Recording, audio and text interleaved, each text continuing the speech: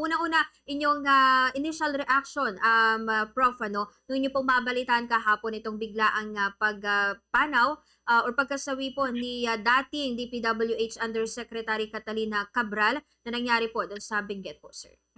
Na-shock ako, of course, no? Dahil siyempre, posibleng maapekto itong ongoing investigation dito sa mga flood control projects. Kasi itong si dating DPWH Yusek Cabral, ano siya central figure dito sa usapin ng mga flood control projects. Kasi sa DPWH, actually, batay sa mga impormasyong lumabas, nagsilbi siyang USEC, no? Sa ilalim ng dalawang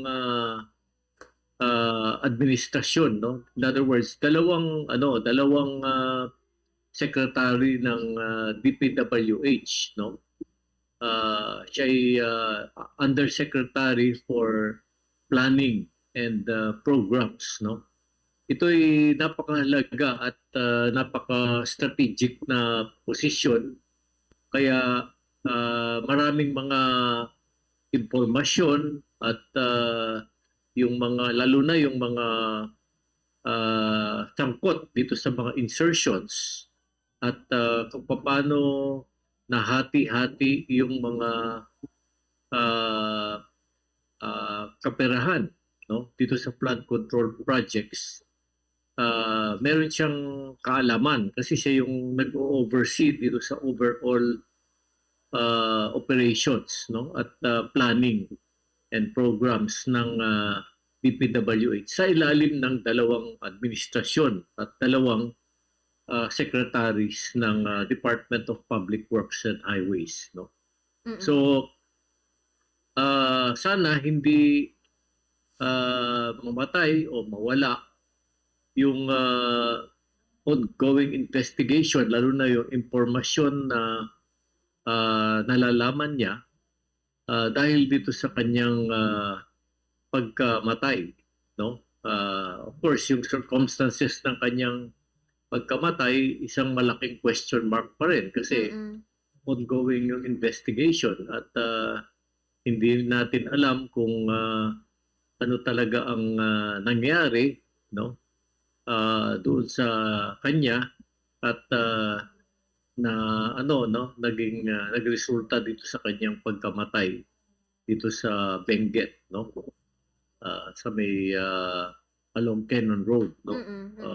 Nung isang gabi, madaling araw pala, no? So tingnan natin kung ano itong ongoing magiging resulta nitong ongoing investigation. Yung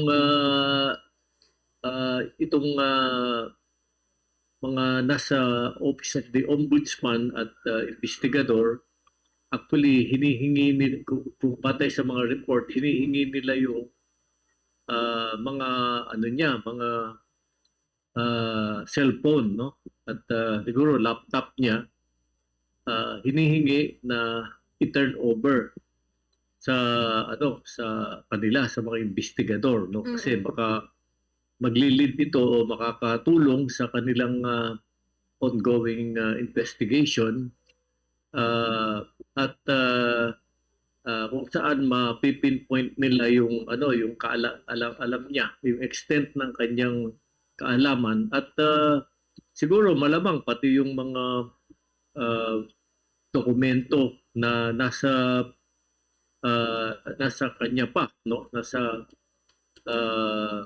custody pa niya sa kanilang tahanan, malamang yan hihingin din ng ombudsman at probably even the ICI, no, para ma-turn over sa kanila para hindi maantala itong ongoing investigation.